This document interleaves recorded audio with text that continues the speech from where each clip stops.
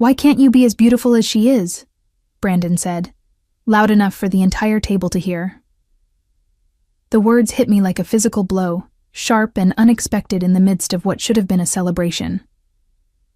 I sat there at my sister's wedding reception in Columbus, Ohio, surrounded by family and guests dressed in their finest attire, watching my husband gesture toward Chloe in her stunning white gown. The centerpieces flickered with candlelight, casting warm shadows across the elegant table settings. The band played something soft and romantic in the background, and couples swayed together on the dance floor. And my husband had just compared me unfavorably to my own sister on her wedding day, in front of everyone who mattered in my life. My mother laughed first. It was that sharp, dismissive laugh I had heard my entire life, the one that preceded every comment designed to put me in my place. "At least she makes good money," she said, patting my father's arm with a knowing smile. "Otherwise, she would be useless to everyone." My father chuckled along, nodding like this was the most reasonable observation in the world. Like reducing your daughter to her financial contributions was perfectly acceptable dinner conversation at a family wedding. Like I was not sitting right there, hearing every word. "My name is Mandy. I am 31 years old, and I work as a senior accountant at Travala Group, a mid-sized manufacturing company where I have built my career over the past 8 years through determination and countless late nights. I am good at what I do. I have been promoted 3 times. I manage a team of 6 people who respect me and trust my judgment. My performance reviews consistently praise my analytical skills and leadership abilities. But sitting at that table, listening to my husband and parents laugh at my expense, none of that seemed to matter. None of my accomplishments could shield me from the casual cruelty of the people who were supposed to love me. I looked around the beautifully decorated reception hall, trying to anchor myself in the details. Crystal chandeliers cast warm light over tables draped in ivory linens. Fresh flowers adorned every surface, their sweet fragrance mingling with the aroma of the catered meal. The venue was one of the most prestigious in the city, and every element had been carefully chosen to create an atmosphere of elegance and celebration. My sister had spared no expense, and our parents had happily contributed, just as they had contributed to her down payment on her house, her car, her graduate school tuition. Chloe had always been the golden child, the beautiful one, the one who deserved investment, because she would obviously yield returns. I was merely the practical one, the backup plan. I had paid my own way through college, working 2 jobs while carrying a full course load. I had scraped together every penny for my apartment deposit. When I got married 3 years ago, my parents gave us a card with $100 inside and told us they hoped we would be happy. That was the extent of their investment in my future. Chloe's wedding had a budget that could have paid off my student loans twice over, with enough left for a down payment on a modest house. "Excuse me," I said quietly, pushing back my chair. "I need to use the washroom." Brandon barely glanced at me. He was already turning back to my cousin, continuing some story about his golf game, laughing at his own jokes. My mother waved her hand dismissively, and my father reached for another roll from the breadbasket. I might as well have been invisible. I had been invisible to them my entire life, present but unimportant, useful but never valued. I walked through the reception hall with my head held high, though my eyes burned with tears I refused to let fall. I smiled at guests I passed, nodded at distant relatives, maintained the facade I had perfected over 31 years of being the less-than daughter, the adequate wife, the dependable workhorse who could be counted on to show up, contribute, and never complain. The mask was second nature now, but tonight it felt heavier than usual. The washroom was mercifully empty. I locked myself in a stall and pressed my hands against the cool metal door, trying to steady my breathing. The tears came then, silent and hot, streaming down my cheeks and probably ruining the makeup I had spent an hour applying that morning. I had wanted to look my best for the wedding. I had wanted, foolishly, to feel beautiful for once. I thought about all the times I had swallowed insults like this. All the times Brandon had made comments about my weight, my hair, my clothes, always framed as helpful suggestions for improvement. All the times my parents had praised Chloe's accomplishments while barely acknowledging mine. All the times I had smiled and nodded and told myself it did not matter, that I was strong enough to rise above it, that their opinions did not define me. But something felt different tonight.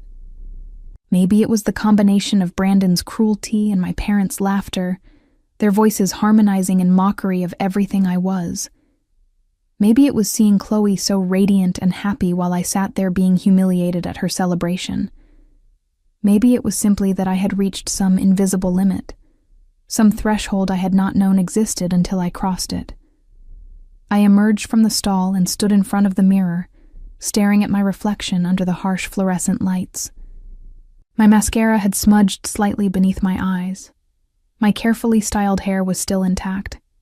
But beyond those surface details, I saw something I had not noticed before, something that had been there all along. I saw a woman who had spent her entire life trying to earn love from people who would never give it freely. A woman who had married a man who saw her as a stepping stone rather than a partner. A woman who had been measured, compared, and found wanting at every turn. And I saw a woman who was finally tired of accepting it. Growing up in my family meant understanding your place in the hierarchy early. Chloe was born beautiful, with delicate features and an easy charm that made people gravitate toward her without effort. She had our mother's graceful bone structure and our father's bright eyes. I was born practical, with my father's square jaw and my mother's tendency toward weight gain. By the time I was old enough to understand these things, the roles had already been assigned. Chloe was the princess. I was the workhorse. Chloe took dance lessons, piano lessons, voice lessons. She competed in pageants and won trophies that still lined our parents' mantel in the living room, gathering dust but never removed. I joined the math team and the debate club because those activities were free, and no one needed to drive me to practices or buy me costumes. When report cards came home, Chloe's B- in algebra was celebrated as hard-won progress that deserved special recognition, while my straight A's were acknowledged with a brief nod before my parents returned to discussing Chloe's upcoming recital or her latest pageant preparations. I do not think my parents were deliberately cruel, at least not in the beginning. They simply had a limited capacity for attention, and Chloe absorbed most of it by virtue of being the kind of daughter they had imagined having. She was the one who would marry well and give them beautiful grandchildren and host elegant dinner parties. I was the backup plan, the one who would take care of herself and maybe help out financially when needed. Different daughters, different expectations, different investments. When I graduated from college, summa cum laude with a degree in accounting and a job offer already secured, my parents took us all out to dinner at a chain restaurant.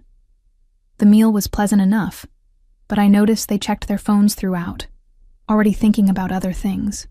When Chloe graduated 2 years later with a degree in communications and a 2.8 grade point average, they threw her a party with 100 guests and a catered buffet. They gave speeches about her potential and her bright future, about how proud they were of everything she had accomplished. I told myself it did not matter. I told myself that my worth was not determined by my parents' attention or approval. I built a career, earned promotions, saved money, and created a life that I could be proud of, even if no one else noticed. And then I met Brandon at a friend's party, and I thought things might finally be different. He was charming at first, the way men like him always are. He complimented my intelligence, my work ethic, my stability. He said he admired a woman who had her life together, who knew what she wanted and went after it. What I did not realize then was that he admired those qualities because he wanted to benefit from them, not because he valued me as a person. He saw a stable income, a reliable partner, someone who would manage the details of life so he did not have to. The first time he made a comment about my appearance, we had been married for 6 months. I had gained a few pounds over the holidays, enjoying our first winter as a married couple, and he suggested I might want to think about joining a gym. His tone was casual, almost concerned. I told myself he was being helpful, that he wanted me to be healthy. The second time, He compared me to a coworker's wife at a work dinner, noting loudly how put together she always looked. I told myself he just wanted me to be the best version of myself, that his comments came from a place of caring. By our second anniversary, the comments had become constant background noise in our relationship.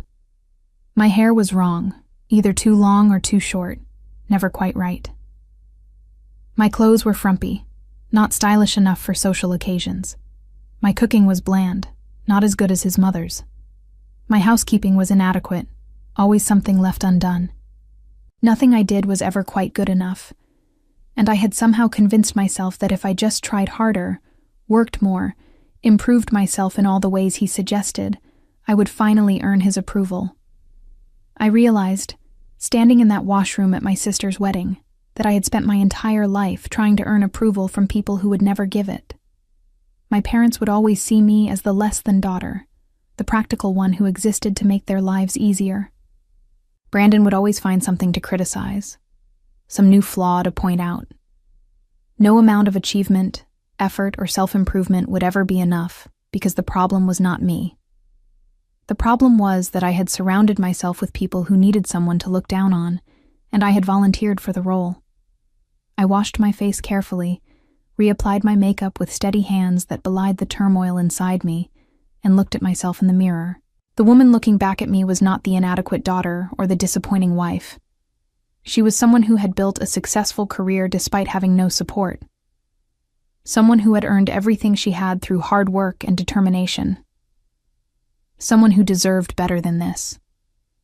I thought about Brandon, about the way he talked to me, the way he looked at me with barely concealed contempt when I fell short of his ever-shifting standards. I thought about my parents, about the lifetime of casual cruelty disguised as practical observation. I thought about Chloe, who had absorbed all the love and attention without ever once acknowledging that I might need some too. And I thought about what would happen if I stopped accepting it, if I stopped smiling through insults and pretending everything was fine, if I finally stood up for myself instead of hoping someone else would do it for me. The thought was terrifying and exhilarating at the same time, like standing at the edge of a cliff with unknown waters below. But I was already drowning in the life I had built. What did I have to lose by jumping? When I returned to the reception, the first thing I noticed was that no one had registered my absence. Brandon was deep in conversation with my uncle about some investment opportunity he was pursuing, gesturing enthusiastically with his drink. My parents were chatting with neighbors from their street, my mother's laugh carrying across the room. Chloe was making the rounds with her new husband, accepting congratulations and admiring comments about her dress, her hair, her perfect day. I stood at the edge of the room for a moment, watching them all with new eyes. It was strange, seeing my family through this different lens. I noticed how my mother's smile never quite reached her eyes when she looked at me. I noticed how my father's attention wandered whenever I spoke, his gaze drifting to more interesting conversations. I noticed how Brandon's hand never reached for mine, how he positioned his body away from me even when we were seated side by side, like he was already looking for someone better. I had been so focused on earning their approval that I had never stopped to notice they had no intention of giving it. I made my way back to our table, where Brandon had apparently just delivered another joke at my expense. Several people were laughing, including my cousin and her husband, who had always seemed friendly enough. When they saw me approaching, the laughter died down awkwardly, eyes shifting away from mine, which told me everything I needed to know about the topic of their amusement. "There she is," Brandon said, his smile not reaching his eyes. "We were just talking about you." "I heard," I said quietly, taking my seat without elaborating. He blinked, surprised perhaps by my tone. I was not usually so direct. I usually smiled and pretended I had not noticed, made some self-deprecating comment to ease the tension and give him permission to continue. But tonight, I simply looked at him and let the silence stretch between us like a challenge.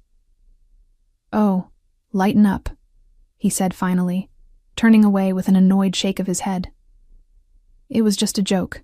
It was at that moment that I felt someone's eyes on me. I looked up, and saw a man at the next table watching me with an expression I could not quite read. He was older, perhaps in his late 50s, with silver hair and kind eyes that seemed to take in the whole scene with quiet understanding. I recognized him vaguely as one of Chloe's new in-laws, though I did not know his name or his exact relation to her husband. He gave me a small nod, almost imperceptible to anyone not looking for it. There was something in that nod, some acknowledgement of what had just happened. Not pity exactly, but recognition, understanding. As if he had seen the whole ugly dynamic play out and wanted me to know that someone had witnessed it, that someone saw me even when my own family refused to. I found myself nodding back, grateful in a way I could not explain. In a room full of family who had never truly seen me, this stranger had noticed. He had seen the cruelty for what it was, and had acknowledged my dignity with that simple gesture when no one else would. The dinner continued, courses arriving and being cleared away by efficient servers. Speeches were made, toasts were given, and Chloe cried prettily when her new husband spoke about their love story. Brandon made another comment about how emotional women got at weddings, glancing at me with that familiar smirk that suggested I was somehow included in the mockery. "You know," my mother said, leaning across the table toward Brandon, "Chloe really does look beautiful tonight. Do not you think so? She is just glowing. I have never seen her happier." "She really is," Brandon agreed, his eyes following my sister across the room with an appreciation that made my stomach turn. "Some women just have that natural beauty, you know. Others have to work harder at it." My mother laughed, and the sound was like nails on a chalkboard. "Well, at least Mandy has her career. That is something." "Something," Brandon echoed, and they shared a look of mutual understanding that made my stomach turn with a combination of anger and grief. I sat very still, feeling something cold settle in my chest. This was not new. These comments, this dynamic, had been playing out my entire life. But tonight, instead of feeling the familiar shame and inadequacy, I felt something else entirely. Clarity. I saw my mother, who had spent her life living vicariously through her beautiful daughter while treating her capable one as an afterthought. I saw my father, who had never once defended me, who had laughed along with every joke at my expense because it was easier than standing up for his own child. And I saw Brandon, the man I had married believing he loved me, who had never seen me as anything more than a steady paycheck and a convenient target for his insecurities. The man at the next table caught my eye again. This time he raised his glass slightly in my direction, a silent salute. It was a small gesture, but it felt enormous in that moment. Someone saw me. Someone recognized my humanity in a room full of people who had reduced me to my usefulness. I thought about leaving right then, walking out of the reception and never looking back. But something stopped me. Maybe it was the desire to see this through, to understand exactly what I was dealing with before I made any decisions. Or maybe I simply was not ready yet to blow up my entire life, even though I knew now with certainty that it needed to change. So I stayed. I watched and listened and cataloged every slight, every dismissal, every cruel joke made at my expense. And with each one, I felt something hardening inside me. Not bitterness exactly, but resolve. The quiet determination of a woman who had finally stopped hoping her family would change and started planning her own escape. By the end of the night, I knew exactly who these people were. And I knew, with absolute certainty, that I could not continue living this way. The week after Chloe's wedding passed in a strange haze, like I was moving through water while everyone else existed in normal air. I went to work, managed my team, attended meetings, and performed all my duties with the same competence I had always shown. No one at the office noticed anything different. But something fundamental had shifted inside me, and I felt like I was watching my life from outside my body, observing the patterns and dynamics I had never questioned before. Brandon noticed nothing. He came home from his sales job each evening around 6:30, complained about his manager's unreasonable expectations, asked what was for dinner, and retreated to his phone or the television without waiting for my answer. He did not ask how I was doing. He did not notice that I had been quieter than usual, that my responses had become shorter, that I no longer rushed to fill the silence between us with forced conversation. He simply expected me to function as I always had, like a well-maintained appliance that required no attention beyond basic operation. On Thursday evening, my mother called. I stared at her name on my phone screen for a long moment before answering, feeling my stomach clench with familiar anxiety. "Mandy, I need you to do something for me," she said without preamble, without asking how I was or what I was doing. "Your father and I want to throw Chloe and her husband a party next month. A welcome to the family celebration, something elegant. I need you to help with the arrangements. Not ask, need. Because in my mother's mind, my time and effort were resources she was entitled to, available for deployment whenever she required them. I am pretty busy with work right now," I said carefully, testing this unfamiliar boundary. "We have a big audit coming up. Maybe you could hire a party planner." There was a pause, the kind of heavy silence that had always made me rush to fill it with apologies and accommodations. This time, I waited, letting the discomfort sit between us. "A party planner?" My mother's voice sharpened with irritation. "That is ridiculous. You are family. This is what family does, Mandy. Besides, you know how to handle these things. You are so practical. You always manage to pull things together." There it was again. Practical. The word she used instead of beautiful or charming or special. Practical meant useful. Practical meant I could be called upon to do the work while Chloe basked in the celebration. Practical meant I existed to serve, not to be served. "I will think about it," I said, which was not a yes or a no, just a boundary I had never set before. My mother's surprised silence was almost satisfying. Almost. Beneath it, I could feel the familiar guilt rising, the deeply ingrained need to smooth things over, to be agreeable, to maintain the peace at any cost to myself. "Well," she said finally, her voice cooling several degrees, "I suppose I should not be surprised. You have always been a bit self-centered, Mandy. But I thought family would mean something to you. I thought after everything we have done for you, you would want to help." I hung up without responding, my heart pounding against my ribs. My hands were shaking, but I was not sure if it was from anger or adrenaline. I had never done that before. I had never ended a conversation with my mother without making sure everything was smooth, that she was appeased, that I had fulfilled whatever role she needed me to play. Brandon came into the kitchen then, eyebrows raised with mild curiosity. "Was that your mother? What did she want?" "She wants me to plan another party for Chloe," I said, keeping my voice neutral. "So? That is what you do. You are the organized one." He opened the refrigerator and peered inside, already losing interest in the conversation. "What is for dinner? I am starving." I stared at his back, at the casual assumption that I would feed him, help my family, carry all the invisible labor without complaint or compensation. I told her I would think about it. Brandon turned around, frowning with genuine confusion. "What do you mean, think about it?" "Just do it. It is not like you have anything else going on." "I have work. I manage a department with 6 people reporting to me. I come home and cook and clean and do everything that keeps this household running." The words came out harder than I intended, but I did not take them back. "What exactly do you think I do all day?" Brandon's expression shifted from surprise to something colder, more defensive. "Oh, here we go. What is this? Some kind of feminist thing? You knew what you were signing up for when we got married. This is how partnerships work." "Did I?"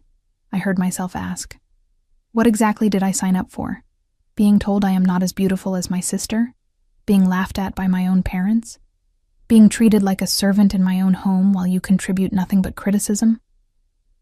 The kitchen went very quiet. Brandon stared at me like he was seeing someone he did not recognize. In a way, maybe he was. The Mandy he knew would never have pushed back like this. The Mandy he married would have apologized by now, would have made a joke to smooth things over, would have retreated into compliance and pretended the conversation never happened. "I do not know what is going on with you," he said slowly, carefully. "But you need to get over whatever this is.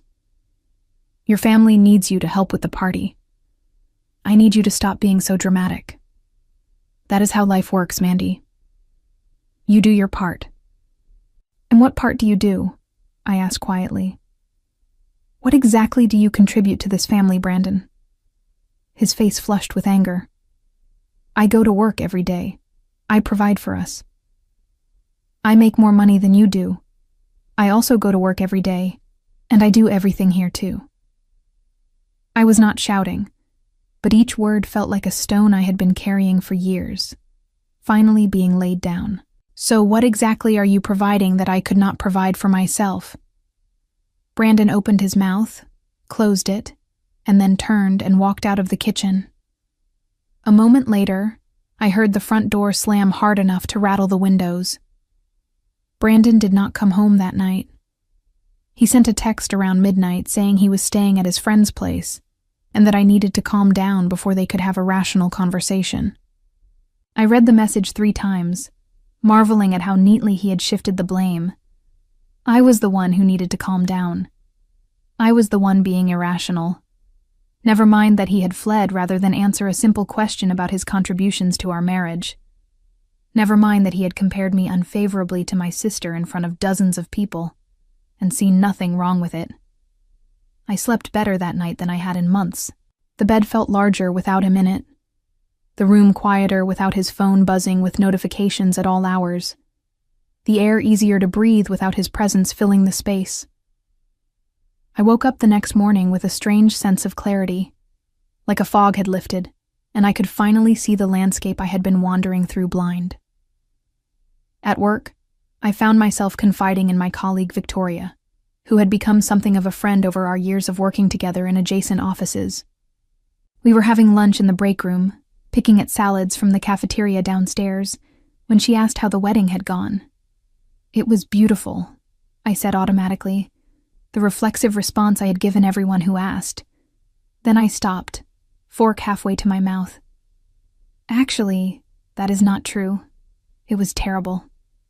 My husband spent the whole night comparing me unfavorably to my sister, and my parents laughed along like it was the funniest joke they had ever heard."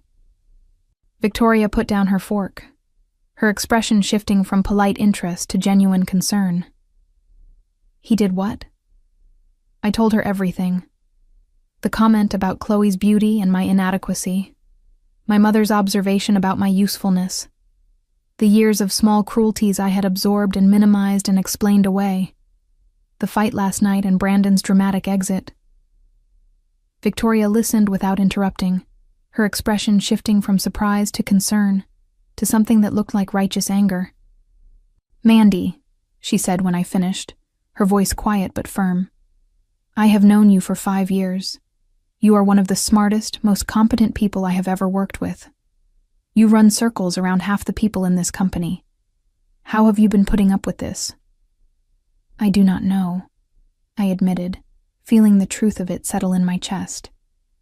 I think I convinced myself it was normal, that every family has their quirks, every marriage has its rough patches. But hearing it laid out like that, hearing you react to it, I shook my head slowly. "It is not normal, is it?" "No," Victoria said firmly. "It is not normal. It is emotional abuse, Mandy. From all of them." The word hit me like a physical blow. Abuse. I had never thought of it that way, had never allowed myself to name it so clearly.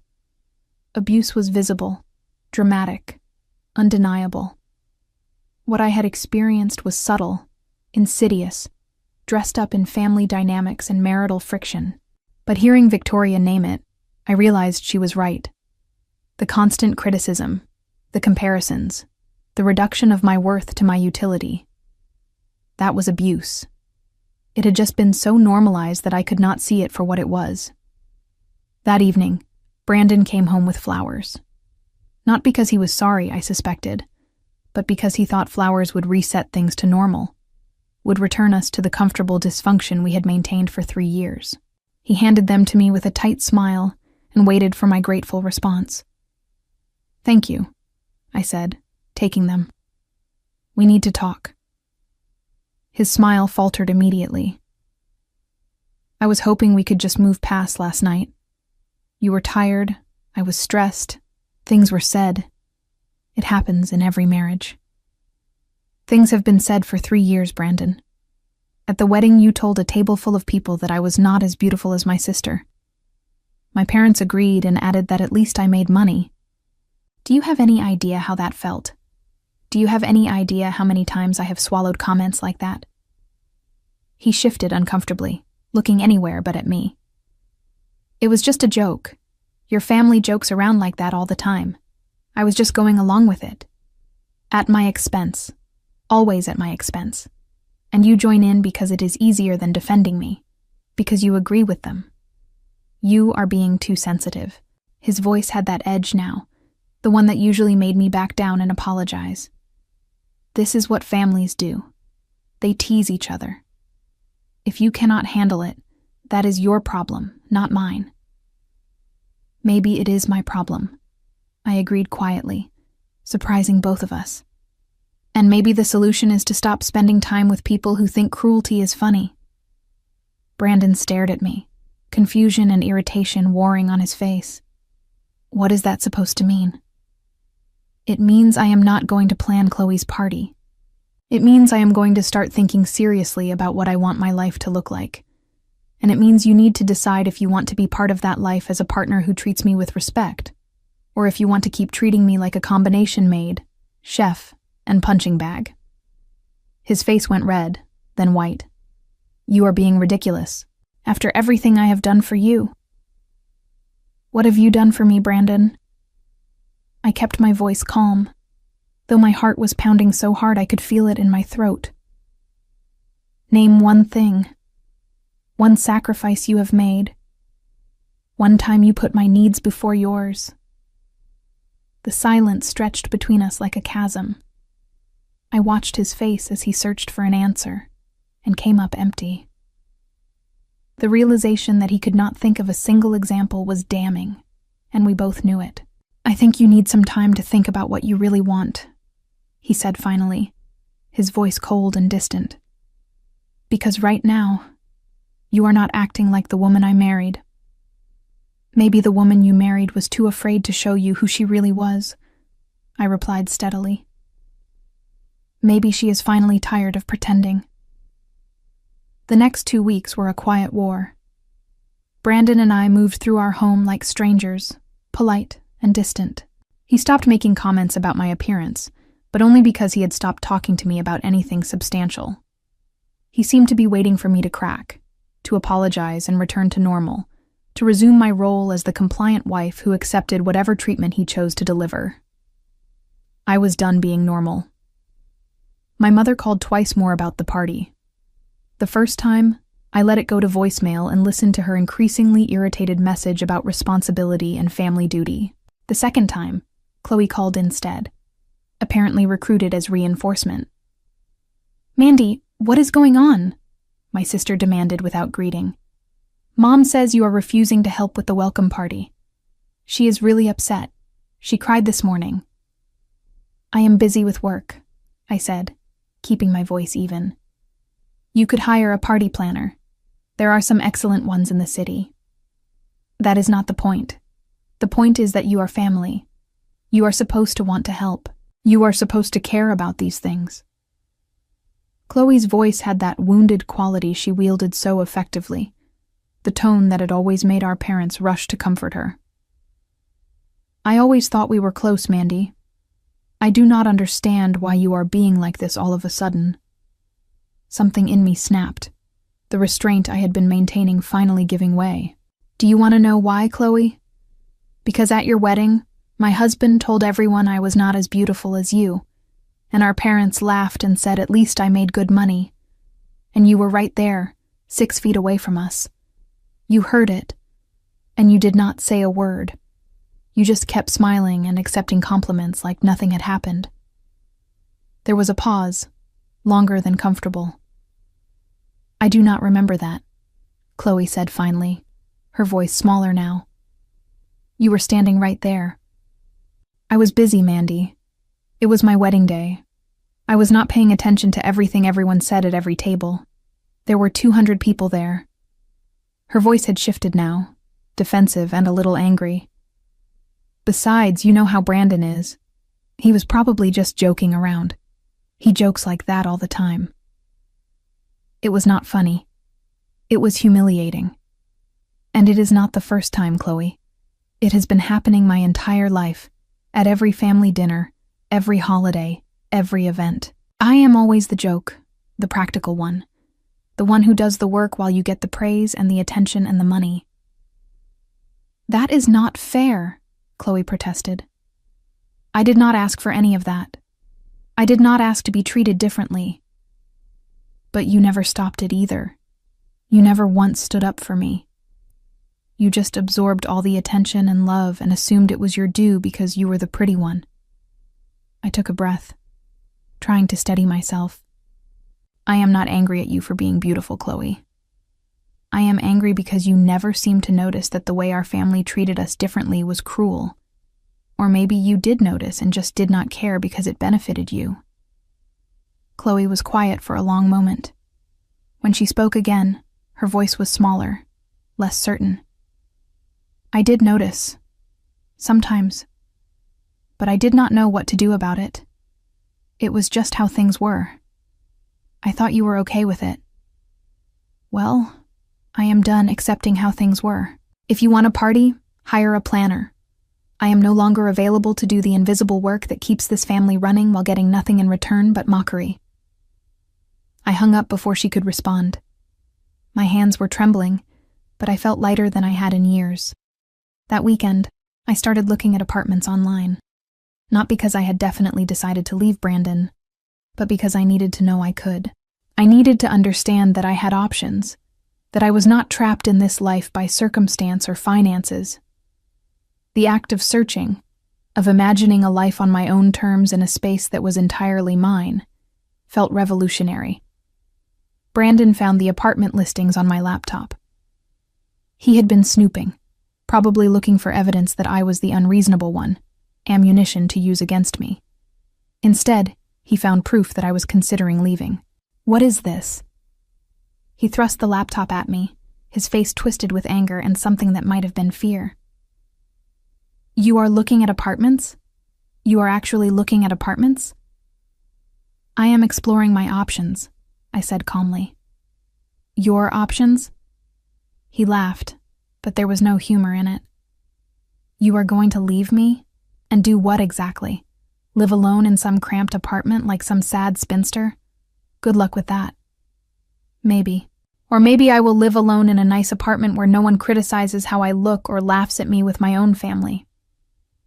I met his eyes without flinching.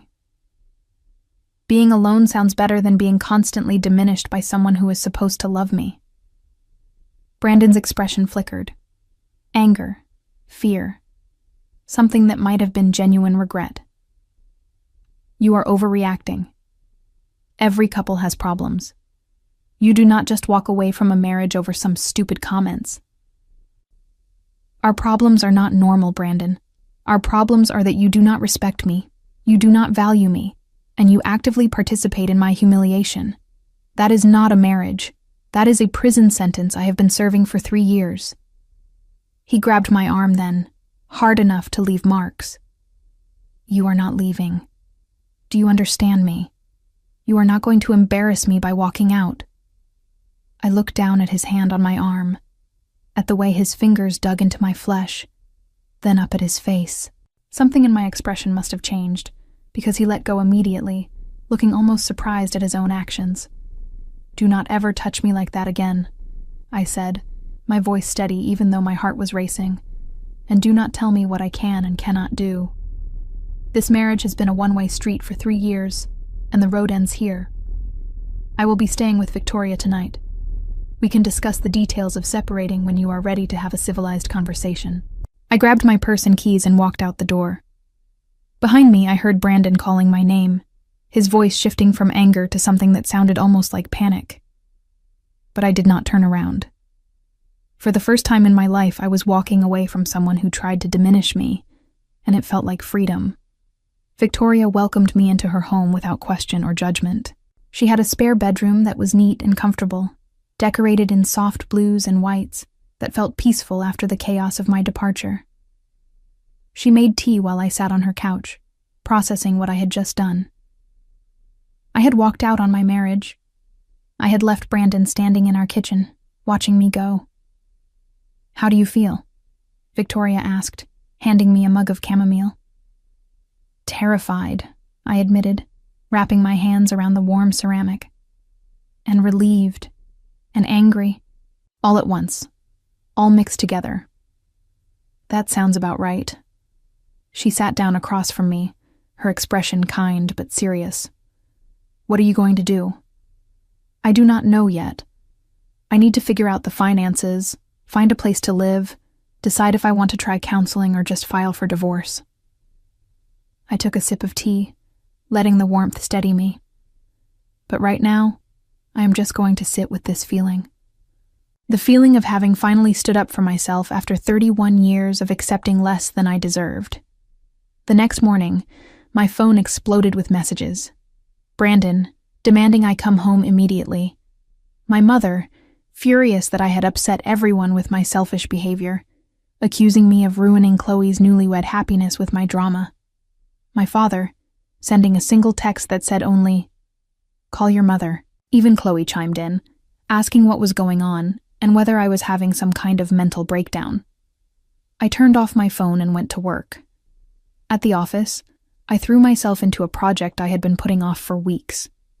It was a comprehensive audit of our department's procedures, the kind of meticulous work that required complete focus and left no room for intrusive thoughts.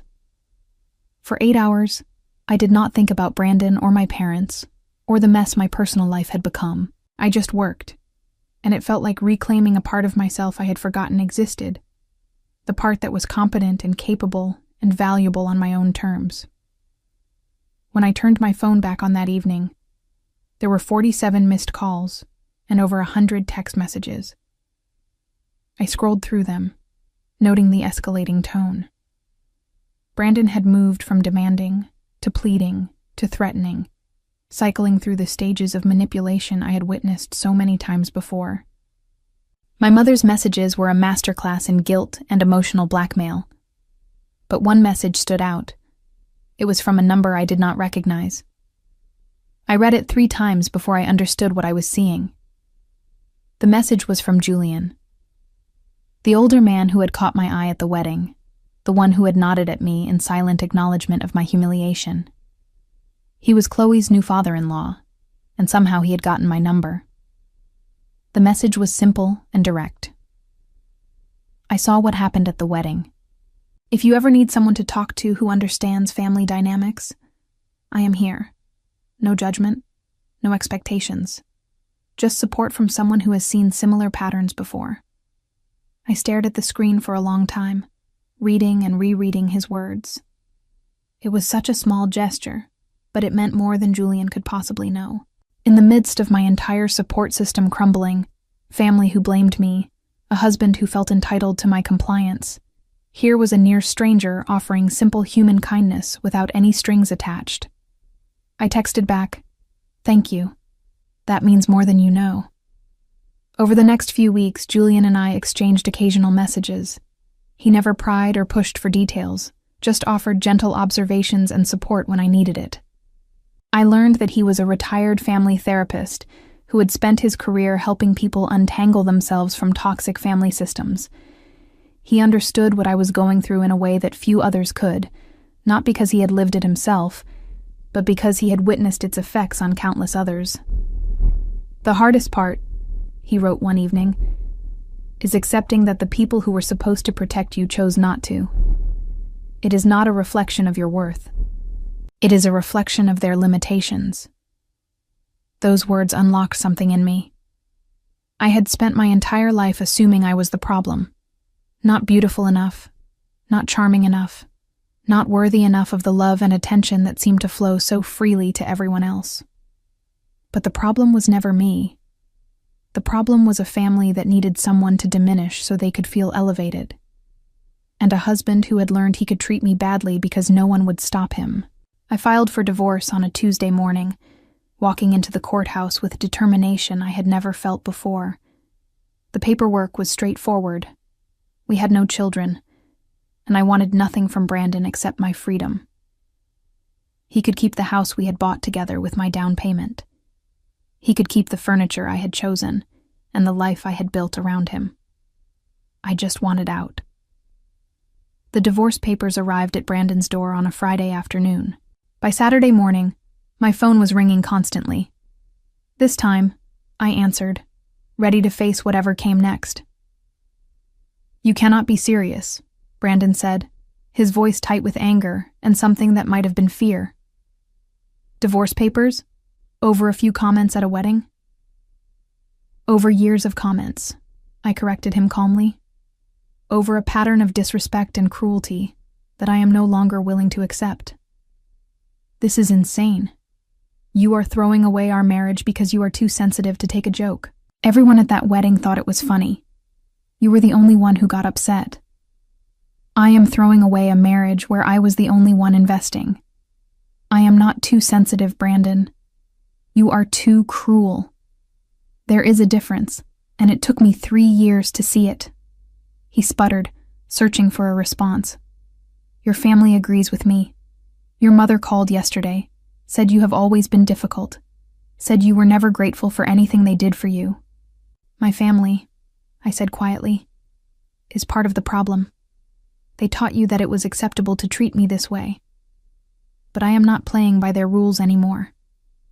The conversation went nowhere, as I had expected. Brandon alternated between rage and self-pity, between threats about what he would do during the divorce and bargaining about couples therapy and fresh starts. I listened without engaging, let him exhaust himself against my calm refusal to bend. When he finally hung up, I felt nothing but relief. My mother's call came next, exactly as predicted.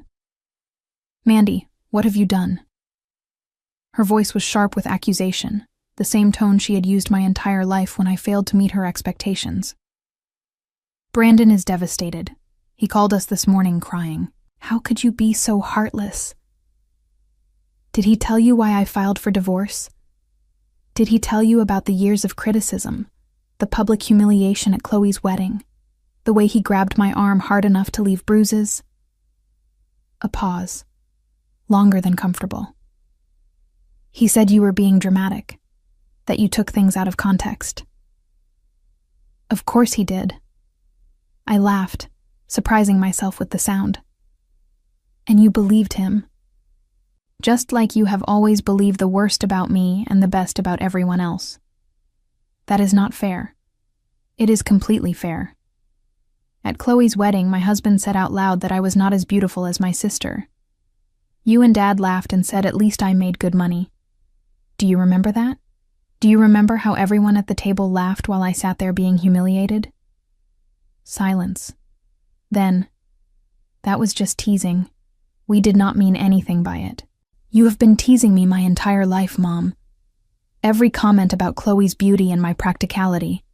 Every comparison that made me feel less than. Every time you invested in her future and overlooked mine.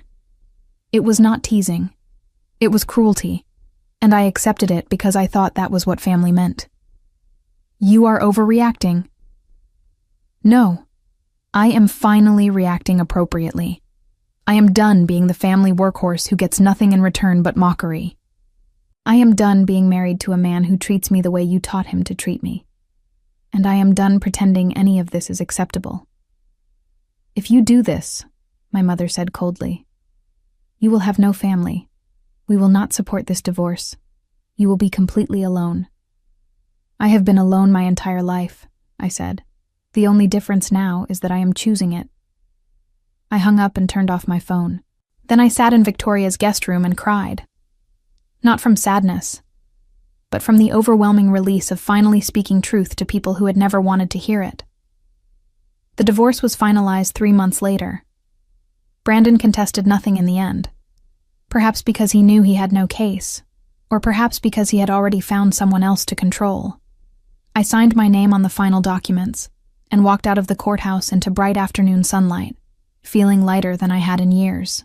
I had lost a husband who never valued me and a family who never protected me.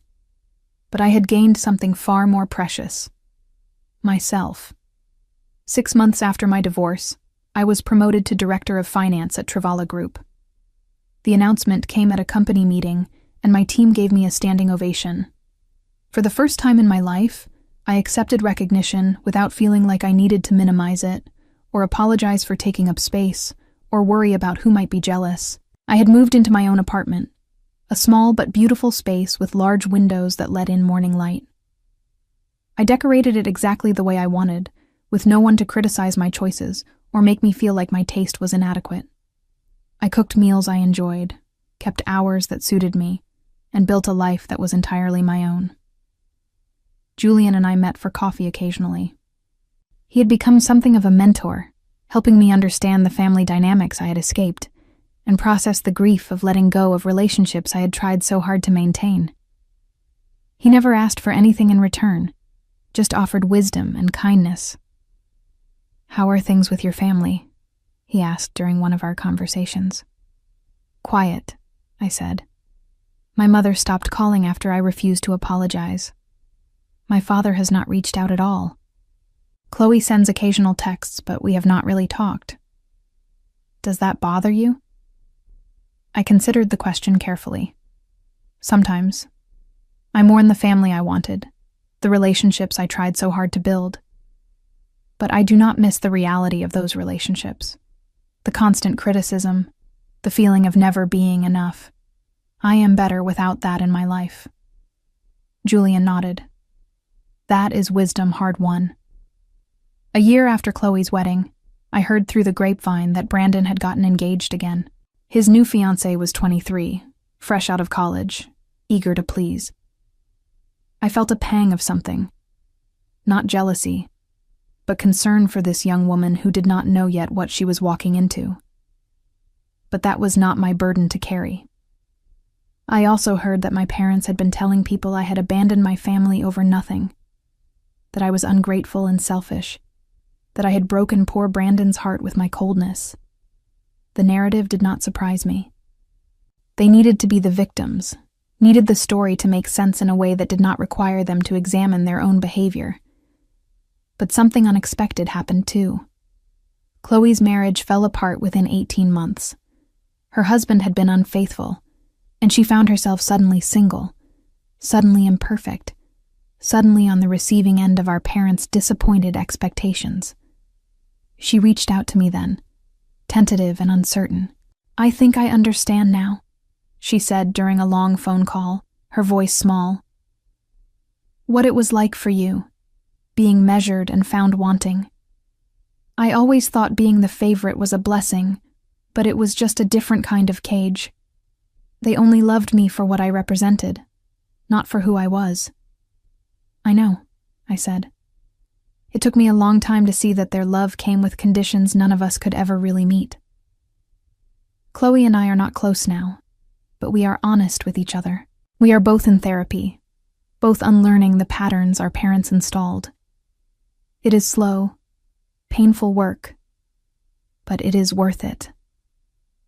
Brandon's second engagement ended badly when his fiancée discovered his pattern of cruel comments and controlling behavior. She left him after finding messages where he compared her unfavorably to other women, the same pattern he had subjected me to for years. Last I heard, he was living alone in the house we once shared, complaining to anyone who would listen about how women these days could not take a joke. My parents, faced with 2 daughters who no longer played their assigned roles, have become increasingly isolated. The neighbors they used to brag to have noticed the absence of family gatherings, the lack of grandchildren, the quiet that has replaced the dysfunction. My mother's health has declined, and my father's retirement savings have dwindled from poor investments. They have reached out a few times, always with demands disguised as reconciliation attempts. I have not responded. They created a family where cruelty was acceptable and love was conditional. And now they must live in the emptiness that remains. I do not wish them harm, but I also do not owe them my forgiveness or my presence. They had decades to treat me with basic dignity and chose not to. The consequences of that choice are theirs to live with. Sometimes I think about that night at Chloe's wedding, about sitting at that table while my husband and parents laughed at my expense. I think about walking to the washroom and standing in front of the mirror, seeing myself clearly for the first time. That was the night everything changed.